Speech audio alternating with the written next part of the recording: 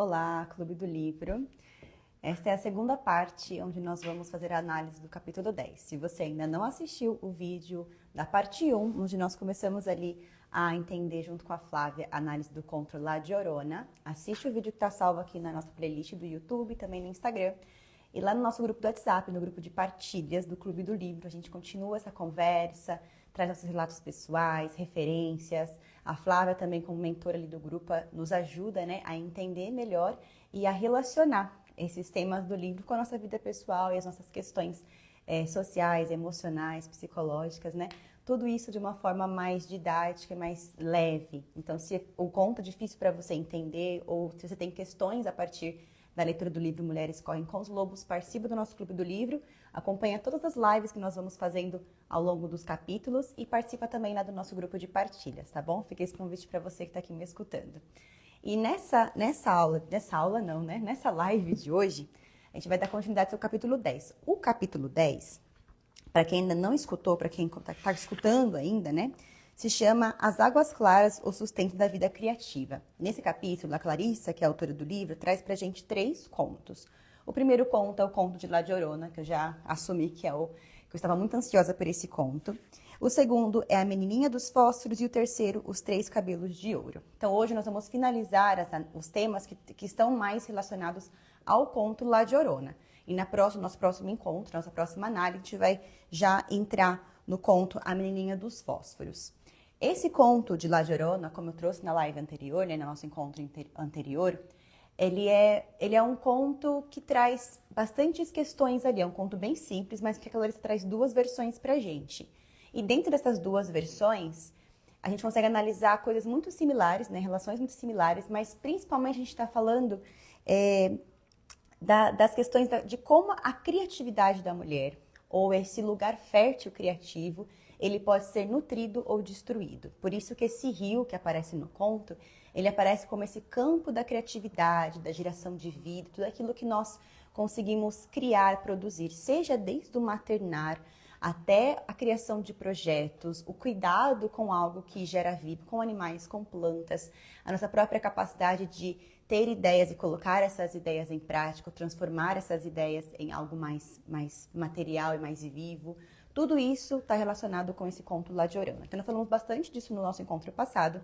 E a Flávia vai entrar aqui com a gente para a gente poder dar continuidade e finalizar, também respondendo algumas perguntas que vocês trouxeram para a gente, falando sobre, quando a gente percebe que essa vida, esse campo fértil, ele é poluído, ele é morto, ele é destruído, como que isso fica, né? Como que nós nos relacionamos com a nossa própria autoestima, a nossa própria capacidade de reconstruir, de gerar algo, de limpar o rio, de despoluir o rio. Como que a gente se relaciona com isso? De onde que está a nossa capacidade de transformar a destruição em renovação? Deixa eu ver se a Flávia já está pronta. Olá, Flávia, boa tarde. Boa tarde, Carol, tudo bem? Tudo bem? Que lindo o seu cabelo hoje. Não sei se é o Nossa, que isso, imagina. E você tá com a pele bonita também. Ai, não, acho que é o filtro que eu coloquei aqui enquanto ainda existe, né? Porque sem o filtro, imagina, não sou nada. Isso é, tudo aqui, tudo é fake, nada de verdade. A gente fica sempre, né, ajudando um jeitinho pra estar aparentável. São seus olhos aqui também. Apenas seus olhos olhando o cabelo, imagina. Nada de especial. Bom, eu já vou colocar que nós fizemos essa brincadeira aqui no começo, gente, que a gente nunca começa a live assim, né? Quem já assistiu as outras vão estranhar. Fiz essa brincadeira aqui para puxar um gancho. Como que é, Flávia?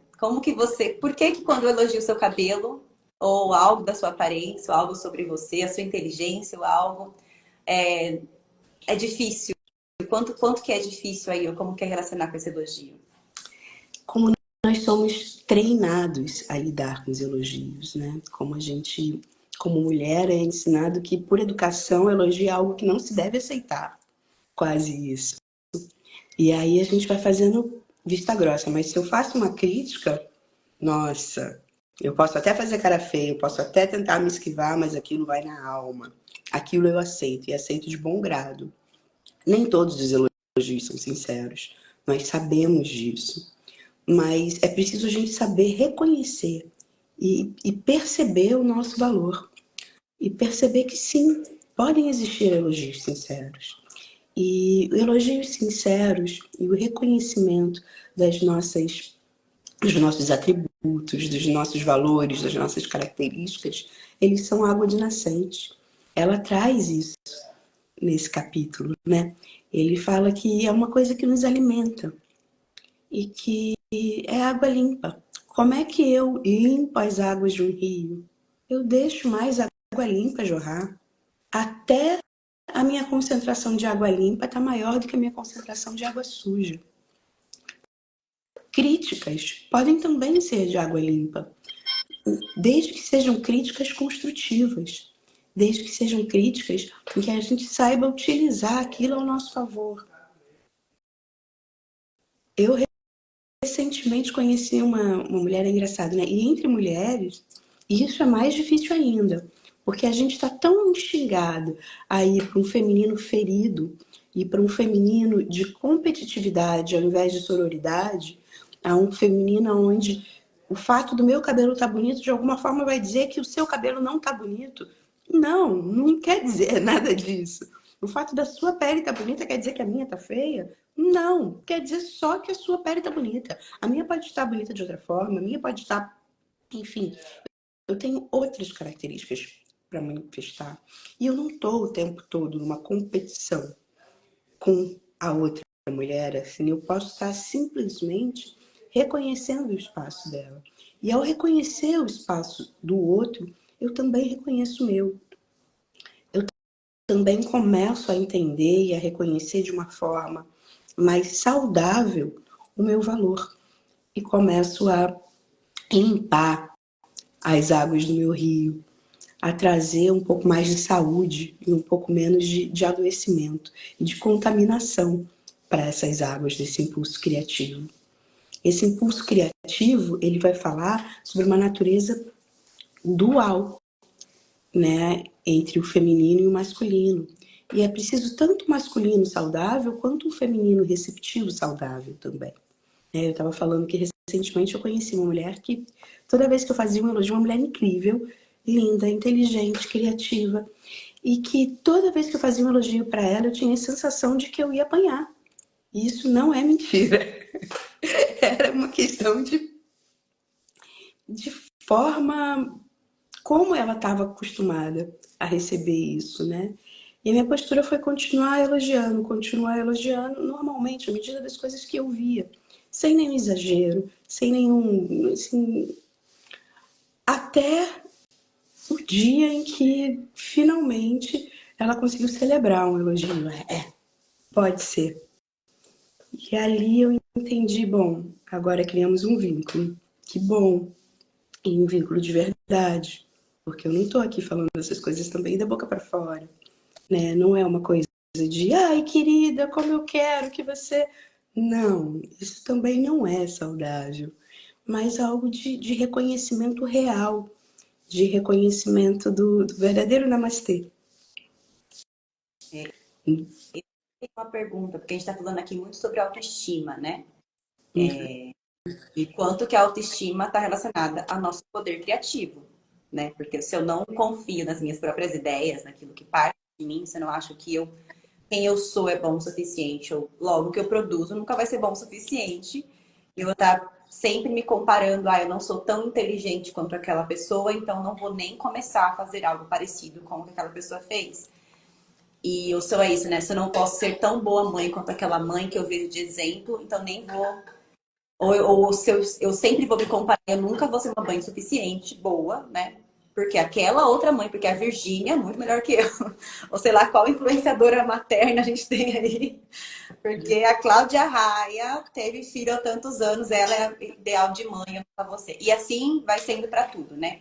Então a gente tem essa autoestima que vai estar desde da coisa simples que a gente aprende desde menina, que é o valor da nossa aparência, né? O quanto que o nosso valor está relacionado à nossa aparência, de ser mais feminino ou menos, de ter traços mais padronizados ou menos, mais perto ou longe do padrão. Quanto maior é o nosso, né? O nosso lugar, o nosso valor tá aí. E aí depois, né? Depois a gente vai pensar na nossa questão cognitiva, quanto que a minha inteligência vai sendo medida com o meu valor ou não. E para isso a gente está sempre sendo, ao longo da nossa história quanto mulheres, a gente foi sendo colocada nesse lugar de comparação, né? Então é algo que eu vou usar assim como se tivesse já um chip dentro da gente, que ele um sistema, né, que ele já tá ali funcionando assim. Então a gente já foi comparada a vida inteira, desde mas a filha de tal menino de tal, mas a sua irmã não é assim. A sua irmã é comportada, a sua irmã é estudiosa, a sua irmã não fala essas coisas, a sua irmã não sei o quê, ou a sua vizinha, a sua prima, ou até a mãe fala, mas eu na sua idade eu não fazia isso, né? A mãe se compara com a gente para colocar pra gente um padrão, né? Ou aquilo, você não é bom o suficiente, porque eu na sua idade não era assim. Ou eu na sua idade não fazia isso. Então a gente tá já com isso. E aí, quanto que a nossa autoestima é dificilmente nutrida, porque a gente está constantemente entendendo na comparação o nosso maior valor ou menor valor, né? Eu vou ser um exemplo pessoal, assim, de que eu fui a prima, eu não tenho uma irmã mulher, eu tenho um irmão. Então a comparação vem em outros lugares, né? Não era tão forte nesse lugar. Por ele ser, na verdade, era um diferencial, né? Ele é menino, então nem se compara a ele. Ele é menino e não sabe, ele pode errar, ele pode fazer tudo no tempo dele. Você não, você tem que dar conta. Então nem se compara. Mas eu era um exemplo para as minhas primas. Então, dos dois lados. As minhas primas eram mais assim, vamos dizer assim, mais fora da curva, fazia as coisas eram mais. Eu sempre fui mais na linha daquilo que os meus tios e pais esperavam de uma menina da minha idade. Então, eu era constantemente usada como exemplo para as minhas primas o que elas deveriam ser. Ah, porque a Carol não faz isso, porque a Carol não fala assim, porque a Carol não se veste assim, porque a Carol não é assim, porque a Carol, porque a Carol, porque a Carol. Então, não era saudável para as minhas primas serem constantemente comparadas comigo e muito menos para mim, porque eu sentia que eu não podia pensar algo diferente, porque eu já estava sendo colocada num lugar de modelo, de ideal, que nem eu sabia que eu era tudo isso que eles achavam que, mas eu não faço, eu não penso? Ah, então tá bom, então eu não faço, eu não penso. Não, a Carol não faria isso jamais. Eu não faria isso jamais? Então, a partir daquele momento, eu já começo a tirar essa possibilidade. Então, nem a minha autoestima foi alimentada por ser o ideal, né? E nem a delas, porque, ao contrário, fez a minha relação com as minhas primas ser mais difícil, porque existia uma comunicação que nem era, a gente só queria ser amigas, só queria ficar juntas. Foi mais difícil, porque, né, não. E ao mesmo tempo eu não conseguia entender se eu preciso. Então era isso. O momento em que eu falhar, acabou. O meu valor não tem mais valor. Cria um ciúmes, cria uma competitividade grande, e isso tudo vem assim de todo um sistema, de um sistema que teve reforço no mundo capitalista, de fomento a essa competitividade, a essa ideia de que todos estão indo numa mesma direção, a uma ideia de padronização que não respeita a individualidade de cada um e as características de cada um, né? Quando eu estou dentro dessa comparação num ambiente familiar, no âmbito familiar, às vezes o pai acha que está estimulando o filho a ir em uma determinada direção, mas não, ele às vezes está fazendo com que esse filho se sinta castrado e coloque uma crença limitante dentro desse seu fluxo criativo, dentro das suas águas límpidas e cristalinas. Uma crença limitante de que, por exemplo, eu tinha duas primas que dançavam muito e elas eram excelentes em dança. Eu, com 3 anos de idade, fui colocada no balé clássico e eu detestava aquilo, achava tortura. Então, até praticamente chegar na faculdade, eu acreditava que a dança não era para mim. E quando eu me descobri dançando, nossa, eu sou um corpo que pode se manifestar assim, aquilo foi extremamente libertador para mim também, né? E eu quebrei uma crença que eu tinha dentro de mim de que eu não podia dançar, de que meu corpo não era para dança. Não, não, dança não é para mim. Isso não é para mim. Mas é porque a sua referência de dança era as suas primas. É Então, se você com as minhas primas, isso. E eu não via todo o fluxo, né? Lembra que a gente estava falando na live passada, a gente falou sobre o fluxo criativo? Tem a intuição, e aí tem você jogar a sua ideia no mundo, e aí você tem operacionalizar ela, tem a manutenção dela. Elas treinavam dança toda semana.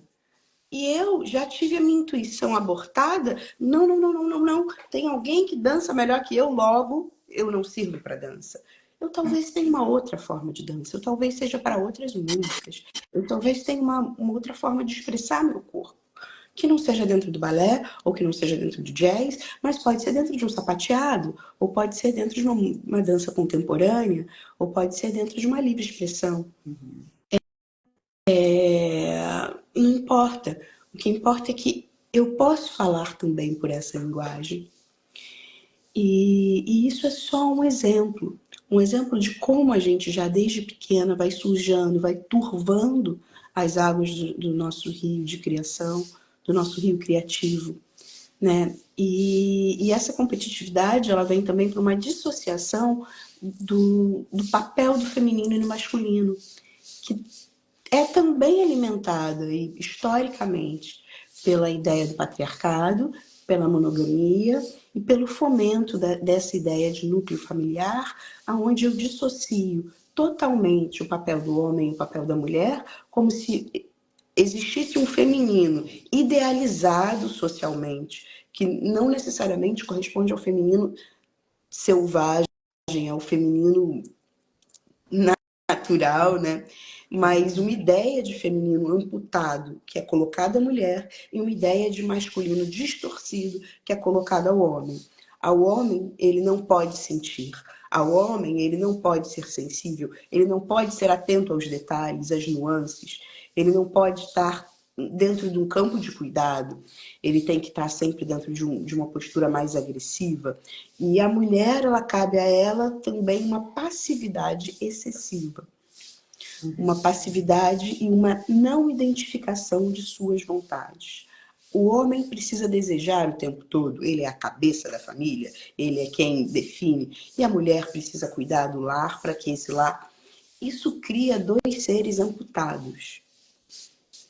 E quando Jung vem falar sobre nosso ânimos e os nossos ânimos feridos, ele está falando um pouquinho sobre esse ânimo distorcido que a gente introjeta para a gente.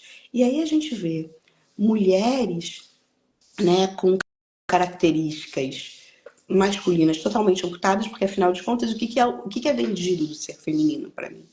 É vendido para mim que o ser feminino é me arrumar, é fazer minhas unhas. É vendido que o ser feminino é estar investindo na minha aparência para me mostrar atrativa para o outro. E esquece toda a potência e uma força de feminino de criação. Somos nós que recolhemos o esperma e transformamos aquilo em vida. A vida se faz dentro do feminino, né? Dentro desse corpo que tem esse poder de transformar a semente em fruto. Claro. E isso se dá através de ideias, isso se dá através de projetos, isso se dá através de, não apenas da fecundação, né? Então, só para não limitar a ideia do ser feminino àquelas mulheres com útero, ela tem também todo esse processo. Você traz, né? O masculino não é gênero, né? Não é gênero, a mulher e homem, né? Porque o gênero que a gente se identifica não tem a ver com... Porque nós dois temos esses dois poderes, né? O feminino e o masculino. Não é porque eu sou mulher que eu não tenho masculino, eu tenho os dois. E assim, qualquer gênero qualquer pessoa de qualquer gênero vai ter esses dois. E eu preciso entender que cortar o meu masculino é me amputar. Assim como para o homem, cortar meu feminino também é me amputar. E assim como para o homem é a mesma coisa. Ou para aquele não binário que se entende dentro de outro gênero. Eu preciso ter uma polarização dentro de mim e uma polarização saudável. Para que eu possa criar na minha vida. Para que eu possa trazer esse fluxo da criação e da criatividade, para que eu possa ter as minhas águas limpas. E aí a gente vê muitas mulheres, né, ou amputando o seu impulso de colocar as coisas no mundo, de criação. Eu tenho uma ideia, mas eu estou esperando alguém que banque a minha ideia para que ela vá para o mundo. Mas eu estou esperando, mas e agora? Quem é que vai? Vamos pegar o nosso ânimos, né? Vamos pegar a nossa força, que também é nossa, e que não faz da gente menos feminina. Eu não vou deixar de ser mulher por brigar pela minha ideia. eu não vou deixar de ser mulher por ter um ímpeto de colocar ela no mundo, de lutar por ela. Eu vou estar só expressando a minha completude. E eu também não preciso, para colocar no mundo, assumir uma postura que a gente tem visto muito, né? Que é de mulheres assumindo uma postura de masculino distorcido, representando um papel da antiga masculinidade de poder, de se colocar no mundo de uma forma agressiva, de se colocar no mundo de uma forma ditatorial e de não abrir espaço dentro de si para o seu fluxo de acolhimento, para o seu fluxo feminino. Eu queria até lembrar certinho em que momento que no texto aparece, que eu já ia comentar, como eu comentei na live, eu comentei com você na nossa pré-live, né? Que a gente faz um bate-papo para entender ali onde a gente vai, como a gente vai trazer os assuntos. Mas que ela fala desse negar o masculino. Ou, como é que é? Não vou lembrar. Isso. Ela fala do medo do masculino. É isso Ela mesmo. fala do medo do masculino. Por quê? Porque quando a gente tem uma representação no mundo de um masculino distorcido, que é essa ideia de que o masculino é o da guerra, de que o masculino é aquele depreciativo, é aquele que veio para tomar, né, é aquele agressivo, eu posso ter medo de ter esse masculino representado dentro de mim, e eu posso ter medo também de estar me relacionando com esse masculino de uma forma externa. Então eu vou me proteger disso, assumir uma postura mais passiva, assumir uma postura mais donzela, uma postura mais... E a partir daí eu não coloco o meu lado, o meu Marte para brigar, eu não coloco a minha luta. E não entro nisso. E faz sentido, né? De falar, por que nós teríamos medo do masculino, né? Porque nós somos oprimidas por aquilo que se instalou como masculino. E aí, então a gente acaba negando o próprio feminino, como você disse, né? Indo para um lugar mais os opostos, né? Então, se eu não quero e o feminino é um lugar onde eu sou oprimida, eu vou negar isso e vou para o lugar do opressor. Então, eu vou ser ser igual ao opressor, porque eu estou negando o feminino. E ao mesmo tempo eu tenho medo do próprio opressor, né? Eu tenho medo de ser oprimida, de voltar a esse lugar de oprimida. E é muito, muito difícil a gente, como mulheres libertas, vamos dizer assim, né? Mulheres conscientes, mulheres que podem correr, né? Que não estão mais domesticadas, poder perceber isso de, ok, mas como que eu lido? Como que eu encontro esse equilíbrio entre, ao mesmo tempo que eu consigo vestir o meu feminino e entender as potencialidades do meu feminino, mas também equilibrar com esse meu masculino para que nenhum nem outro seja algo tóxico, sabe? Seja algo que vai poluir o meu rio. Como que eu mantenho esse rio equilibrado ali, né? O pH da água equilibrado. Eu preciso entender um pouquinho da toxicidade que existe em algumas visões que são importadas por nós. E entender um pouquinho a nossa manifestação. Quando eu falo em masculino, existem várias representações de masculinidade.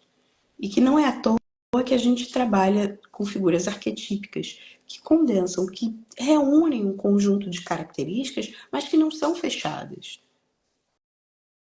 Porque ela pode ser representada ali de diversas formas. Quando eu falo para você, olha, Carolina, preciso que você lute.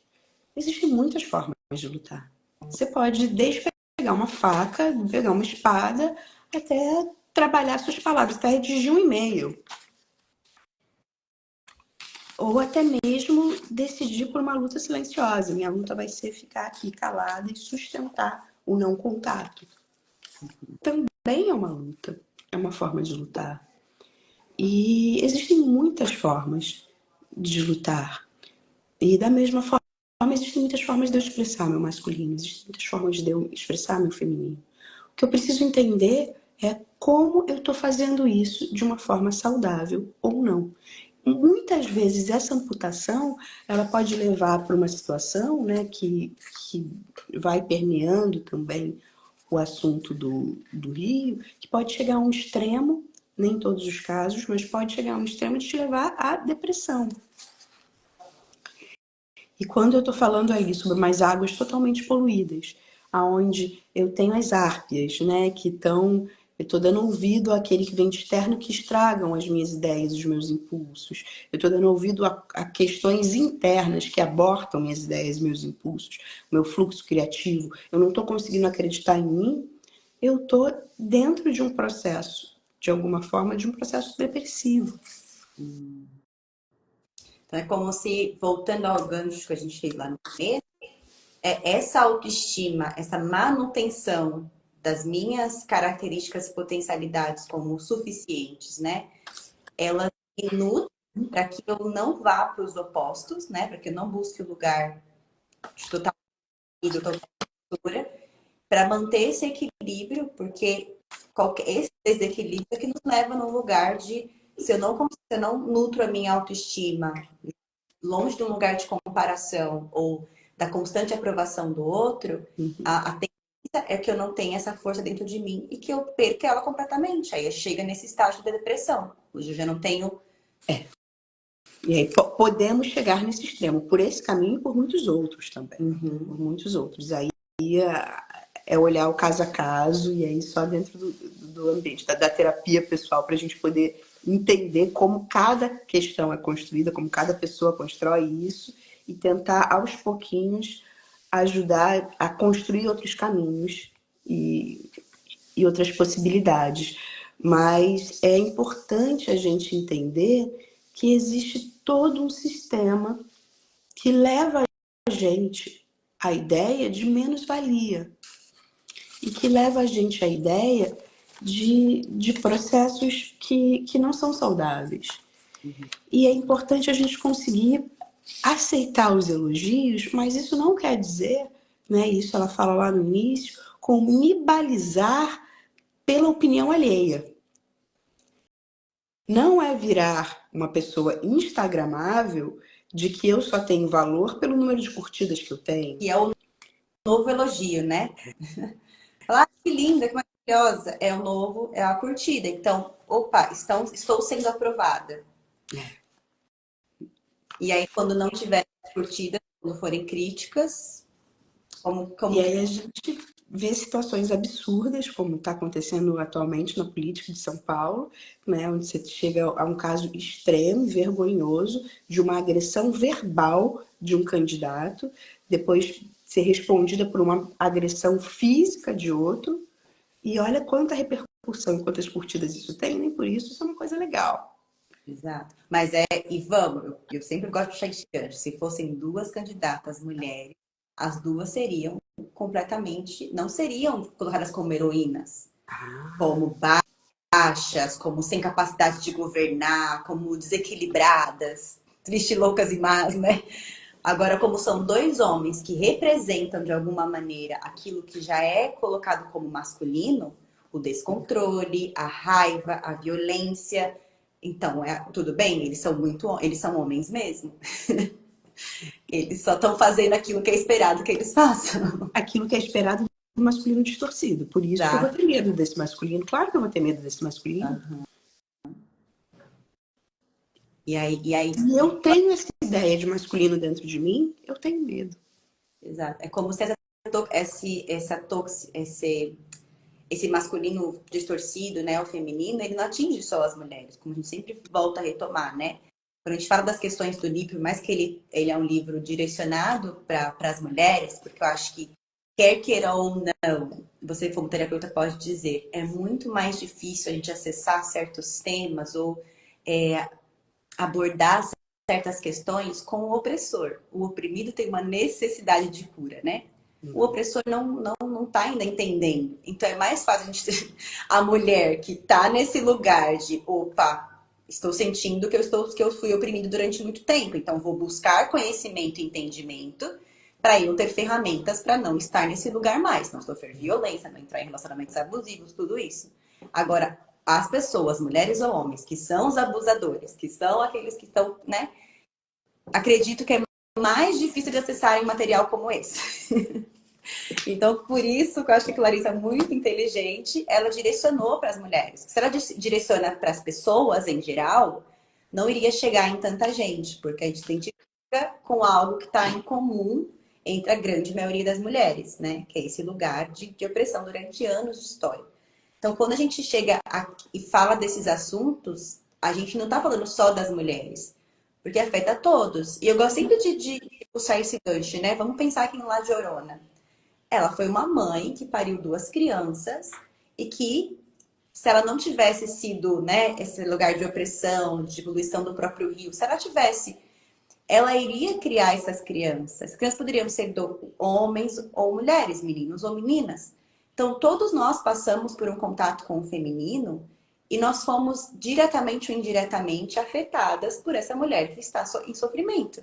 Então, os homens também tiveram com eles, né, mulheres, que são as mães, as tias, que todas as pessoas, todos os seres humanos foram cuidados por mulheres, né? E nessa grande maioria, exceções foram cuidados por homens, mas por mulheres que estavam aqui, oprimidas, sofrendo, sem entendimento, com seus rios poluídos, sabe? Sendo mortas e tudo isso.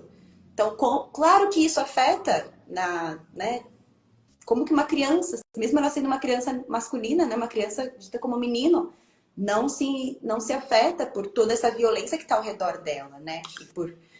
Então afeta todo mundo. As crianças, elas buscam parâmetros, né, para seu entendimento e para reproduzir esses parâmetros. E o que a gente vai ter mais próximo de parâmetros são as figuras parentais, né? Daí toda a teoria das teorias de personalidade serem hoje ainda, né, terem essa forte influência psicanalítica das figuras parentais como grande referência, né? É isso mesmo, Ana, porque eles são homens, eles podem. Então, porque você é homem, você pode não lavar uma louça, porque você é homem, você pode não estar sensível ao estado da sua mãe hoje e ser grosseiro com ela. Por você ser homem, você pode negligenciar o cuidado a um idoso, porque cabem às mulheres cuidarem dos idosos, né? E aí você vê famílias e famílias onde mulheres se matam e se desdobram para fazer os cuidados aos idosos e os homens assumem uma postura totalmente negligente de não assumirem isso. Isso é um masculino totalmente ferido. Isso é sabe, é uma distorção dessa figura de gênero e isso contribui para a ideia de incompletude do ser. Esse ser que não é capaz de cuidar do outro, ele vai estar sempre precisando e dependente de alguém. E isso, de uma certa forma, contribui para a ideia de casamento ser algo extremamente necessário. Porque se eu sou um ser incompleto, eu preciso estar com alguém para me completar. Se eu sou uma mulher amputada, que não tem uma força de ânimos capaz de colocar a sua ideia no mundo, que pode ser representada de uma forma fluida, de uma forma natural, de uma forma positiva, saudável, eu preciso de alguém do meu lado para me ajudar a botar essas ideias no mundo, para implementar essas ideias. Não que seja errado a gente pensar em rede e a gente pensar sobre a importância de contatos, às vezes, para dar ideias, né? A gente, por exemplo, aqui dentro do Clube do Livro, a gente juntou forças para fazer ele possível. Mas existe uma completude individual. Não é sobre eu precisar do outro para existir e para ter o meu fluxo criativo existindo, mas é sobre eu me juntar a um outro que também tem o seu fluxo criativo existindo para que esse fluxo torne-se mais forte.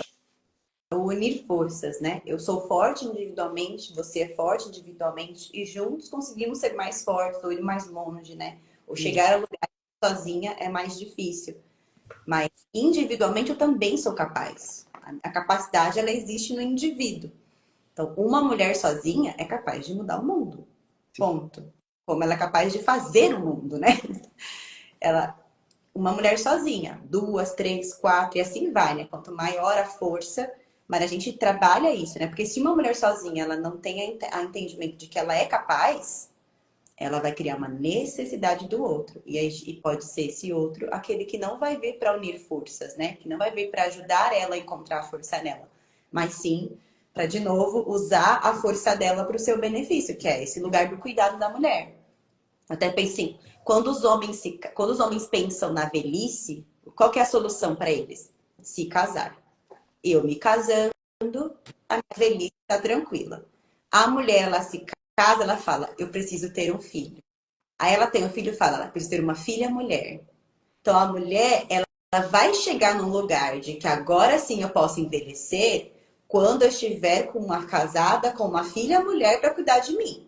Se eu tiver 3 homens, não tenho garantia nenhuma de que eu serei cuidada. Eu vou cuidar do meu marido e vou cuidar dos meus Vou 3 filhos. morrer Eu vou cuidando. morrer. E quantas avós nós conhecemos que passaram por isso, né? Que até doentes, até você vê que isso daí é uma outra coisa que ela fala sobre a sujeira do nosso fluxo criativo, que é o excesso de responsabilidades.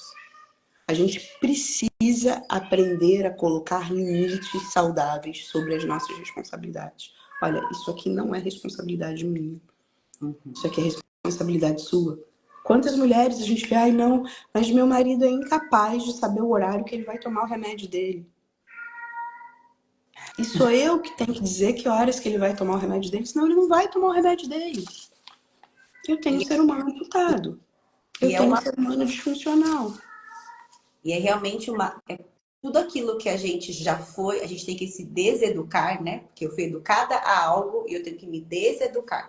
É uma constante vigília, eu percebo. A gente nunca tá livre. Eu falo, a gente tá correndo com os lobos, em qualquer momento podemos ser colocadas numa jaula de novo. Em qualquer momento vem alguém e limita o nosso espaço, queima a nossa floresta. Né? A nossa liberdade nunca é garantida. Porque já se ainda está né? De buscar essa prisão, ela pode acontecer.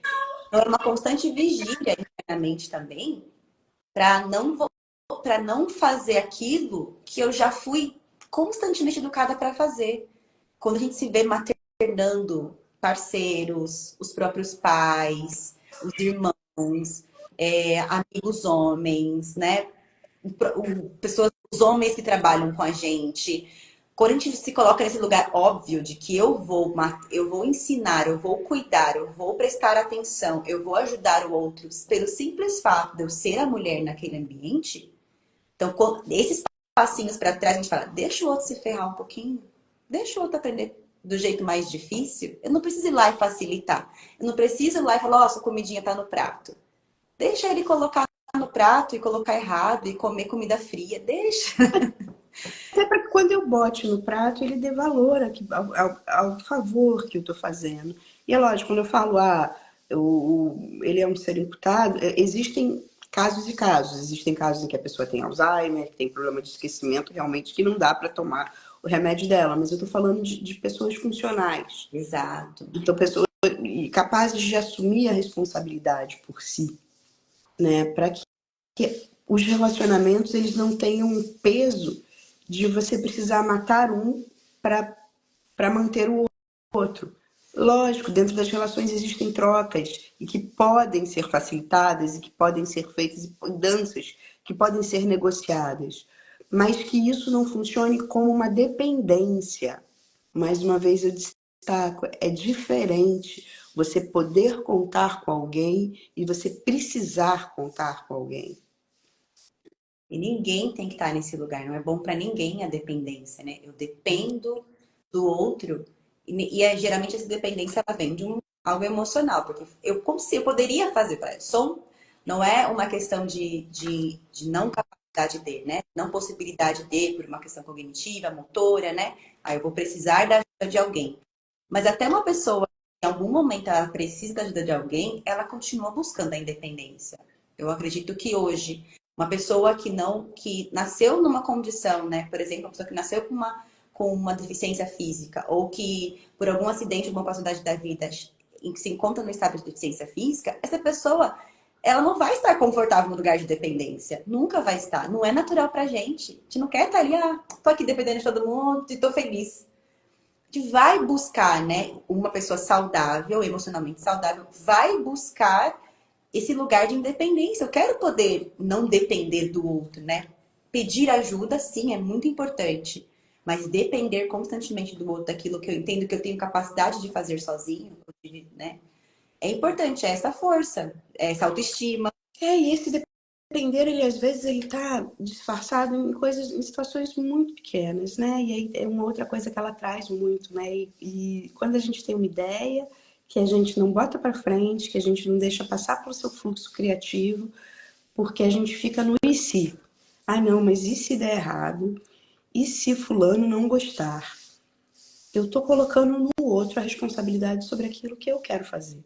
E que nem sempre as boas ideias, as ideias mais inovadoras, elas são recebidas de uma forma ok, né? Quando Thomas Jefferson teve a ideia sobre a eletricidade, falou que, olha, podemos ter luz elétrica ao invés de velas, mas para isso precisamos ter cabos ligando todas as casas. Riram da cara dele. Como assim? Cabos elétricos ligando? Esse cara é maluco, olha só o que ele está pensando.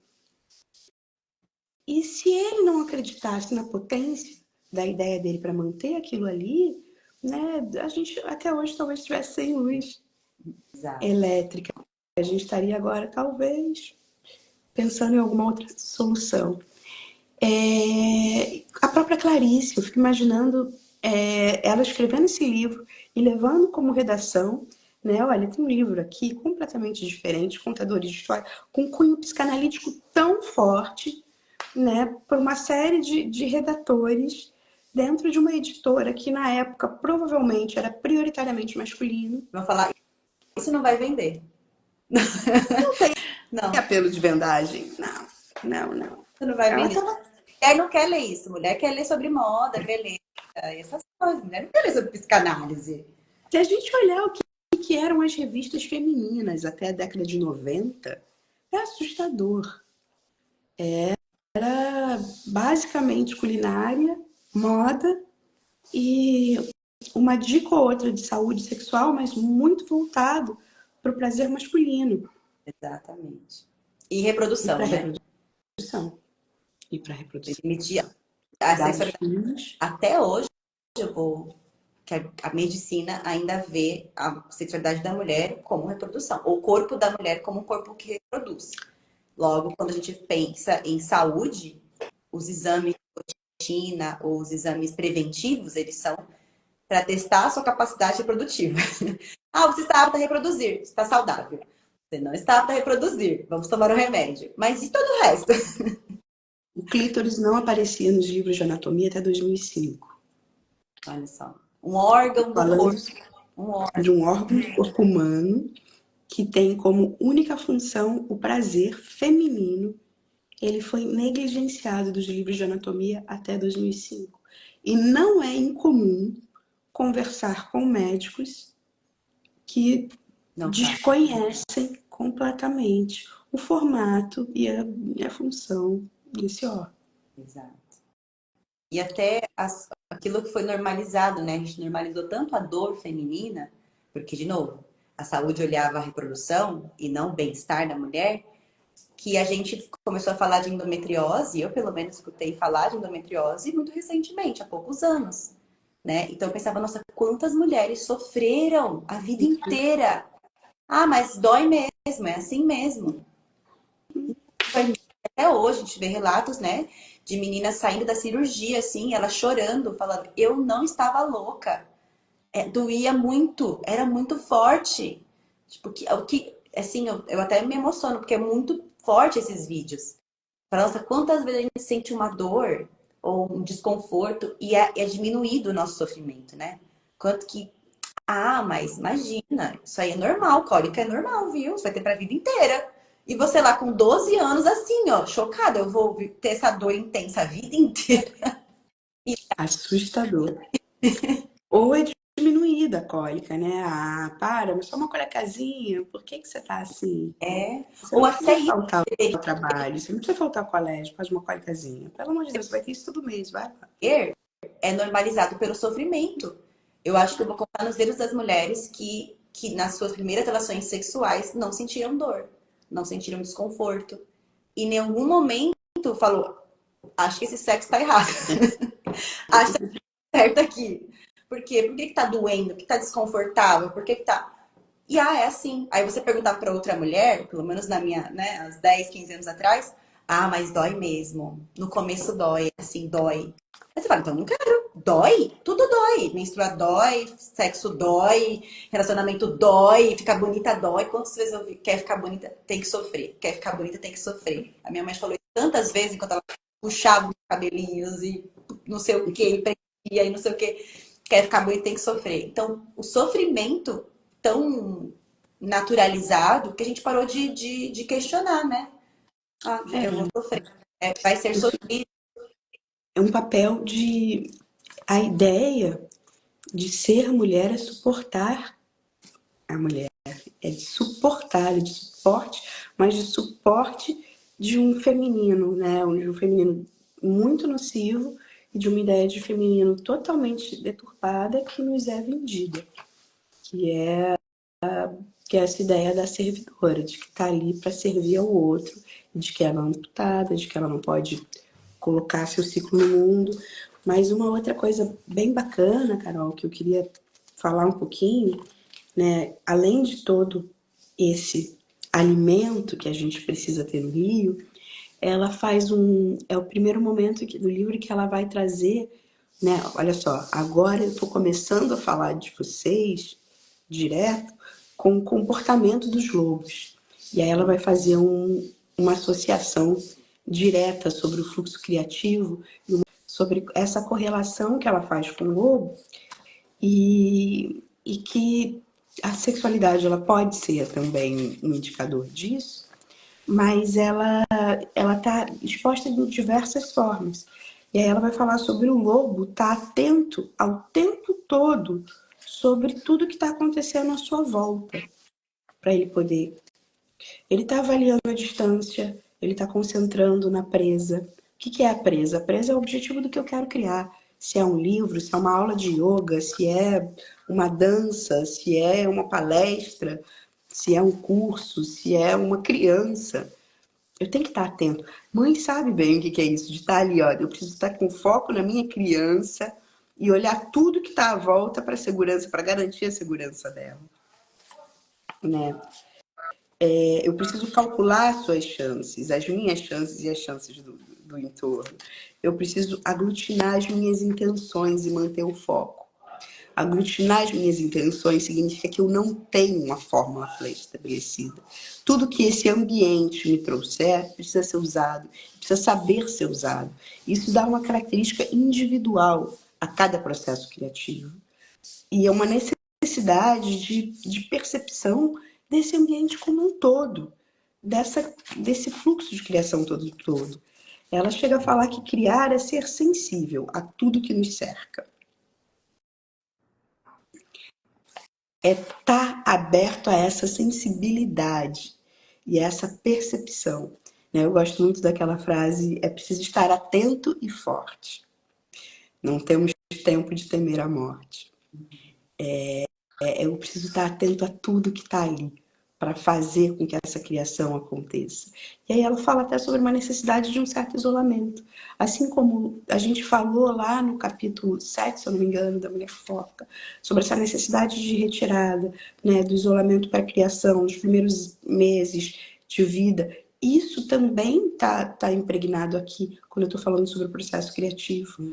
Eu preciso estar com foco para aquilo e estar me dedicando para as etapas do meu processo criativo, conseguindo dizer não para o que foi demais para mim, para os meus excessos, para conseguir manter esse fluxo de criação limpo. Para conseguir manter esse fluxo de criação vivo. Eu preciso estar atento a tudo que está no entorno do rio e que pode sujar e que pode poluir esse rio. Tanto a montante, que é o que vem antes, quanto a jusante, que é o que vem depois. Então, seria esse o ensinamento, talvez, principal ali desse conto que fica pra gente. Estar constantemente atenta para manter o fluxo criativo. E Sensível. prestar atenção. sobre o que está me poluindo de verdade. E isso é um mergulho interno muito grande. Cada um sabe das suas árvores. Cada um sabe qual é a vozinha dentro de si que aborta as suas ideias. Fala, não, não, não, não, agora não. Agora só se eu concluir meu mestrado. Agora só se eu me formar nisso aqui. Agora só se o outro validar a minha ação é que eu posso ser. Não espere, né? Não espere. Eu vou deixar também aqui como é o meu entendimento, né? Desse conto, eu gosto muito desse conto, já está num dos meus favoritos. E ele diz de que nunca vai existir um momento perfeito, a oportunidade perfeita, a chance perfeita, o dia perfeito. Você nunca vai estar na versão ideal para fazer nada, para começar nada, para colocar nada em prática. Nunca vai estar, quando eu. Não. Eu tenho essa ideia, ela é boa, mas eu ainda não estou preparada. A gente sempre está. É o suficiente. O que você tem ao seu dispor é o suficiente para começar. Comece, faça, crie com aquilo que você tem à sua disposição. Eu, eu falo muito, né, para as pessoas que olham para o meu trabalho de alguma maneira e falam, se eu ficasse esperando eu ser a professora de yoga perfeita, eu ter uma câmera perfeita, um microfone perfeito, um espaço perfeito, desenvoltura perfeita, falar mais devagar, eu não tinha feito nada. Eu estava ainda. Eu estava esperando até agora, porque ainda não tá. Ainda não tá isso. Eu estava esperando, ia ficar esperando, esperando, e esse clube do livro não existiria. Se eu fosse ler o livro primeiro, para poder estudar primeiro, para depois pensar no clube do livro, para depois. A gente não teria encontrado esse, né? A gente não estaria aqui hoje conversando, e tudo isso não existiria. Todas as pessoas que estão se beneficiando disso não estariam se conectando. Então, não existe existe uma ideia, você fala, ok, essa ideia, ela me parece boa. Como que eu posso tornar ela possível? O que eu posso fazer hoje? Às vezes é uma coisa simples. Nossa, fazer uma coisa aqui na minha casa, mudar, colocar uma coisa, instalar. Como que eu posso fazer isso possível? Como que eu posso fazer dentro das minhas limitações ou possibilidades? Eu vou precisar pedir ajuda para alguém? Vou precisar de uma ferramenta que eu não tenho? Mas busco o que é possível. Porque colocar lá no ideal, só vou fazer a viagem dos sonhos quando eu tiver dinheiro, quando depois eu comprar minha casa. Nunca vai chegar esse momento em que tudo está perfeito e que a viagem dos sonhos finalmente pode acontecer. Faz dentro do que é possível. É melhor sempre o feito do que o perfeito. E tem uma frase dela que eu gosto bastante. Ela fala sobre uma coisa muito recorrente na gente, né? Que é o medo de fracassar. E quantas ideias são imputadas, são abortadas pelo medo de fracassar. Mas quanto mais cedo eu fracassar, mais tempo eu tenho para corrigir meu fracasso e rever o rumo do que eu estou fazendo. É verdade. Então, o fracasso ele não é de todo ruim, ele é uma oportunidade de aprendizado e de poder fazer de novo. Só fracassa quem tenta, né? Quem não tentar, não fracassa. E é isso. E como lidar com as críticas? Como a gente tá aqui, ó, com a nossa carinha na internet, falando o que a gente acredita e tudo. Estamos sempre sujeitos a críticas. Umas pessoas vão amar e vão se sentir muito, vão se identificar com o que a gente tá falando, outras pessoas vão falar nada a ver, elas estão viajando. Só que a grande diferença entre aquele que está sendo criticado e o que critica nem tentou. Porque se tivesse tentado fazer o que eu estou fazendo, o que você está fazendo, com certeza ele ia ter um olhar diferente sobre a própria crítica. Com certeza tem um olhar muito diferente. Qualquer criador de conteúdo, pessoas que trabalham com a internet, ou que fazem o que eu faço, e que talvez quando eu não estava ainda, eu olhava e falava, ah, mas essa pessoa não tá bom o suficiente, isso daqui tá melhor, isso daqui. Agora eu tô falando, nossa, caramba, ela foi lá e fez, olha só. E ela fez de um jeito tão simples. E eu aqui achando que tinha que ser super complexo. Caramba, é muito mais inspirador ver as pessoas simplesmente tentando e colocando, sabe, suas ideias no mundo, gerando ali, colocando vida naquilo que só tá no mundo, na escuridão, colocando luz nas sombras, né? E isso é inspirador. Então a gente sempre vai estar inspirando alguém, sempre vai estar sendo essa nutrição da força da outra, né? É importante que a gente não deixar esse fluxo parar. como boa virginiana, eu acho que a gente precisa transformar as nossas críticas em algo muito construtivo. O criticar pode ser um... Vem debater ideias. Vamos falar sobre pontos de vista diferentes? Adoraria ouvir pontos de vista diferentes e ampliar minha visão para coisas que talvez eu não esteja vendo. Acho que isso constrói, acho que isso agrega, né? E é preciso coragem para conseguir debater ideias e não se esconder atrás de um fluxo sujo, contaminado, de usar a crítica ao outro como escudo para não se colocar no mundo. E isso é uma forma também de sujar o seu próprio rio. Isso é uma forma também de contaminar o seu fluxo criativo. Ah, não, só tem coisa ruim aí. Para que eu vou entrar nesse negócio? Ué, se só tem coisa ruim, entra para botar uma coisa boa. Né? Então, vamos dialogar de verdade com isso aqui. Vamos trabalhar no mundo e não deixar a sua boa ideia morrer por inanição ou ficar escondida embaixo da poeira da vida cotidiana, né? Das coisas que te cercam.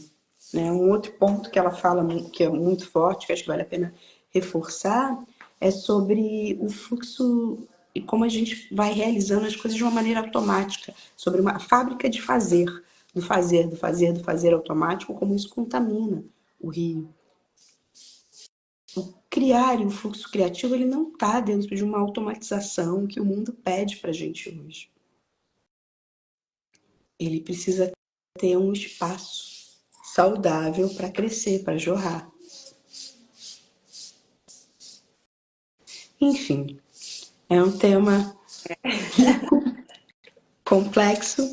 Estamos abertas para continuar essa discussão. Temos aí mais 2 lives previstas para a próxima semana. E quem quiser compartilhar o Clube do Livro, tá lá no WhatsApp. Temos também um grupo de apoiadoras, onde a gente vai mergulhar em alguns assuntos específicos com um pouco mais de profundidade. Né? Tá Exatamente. aberta lá para as apoiadoras a enquete sobre, dentre todos esses assuntos que de uma certa forma estão permeados aqui, qual que a gente vai mergulhar no nosso próximo encontro.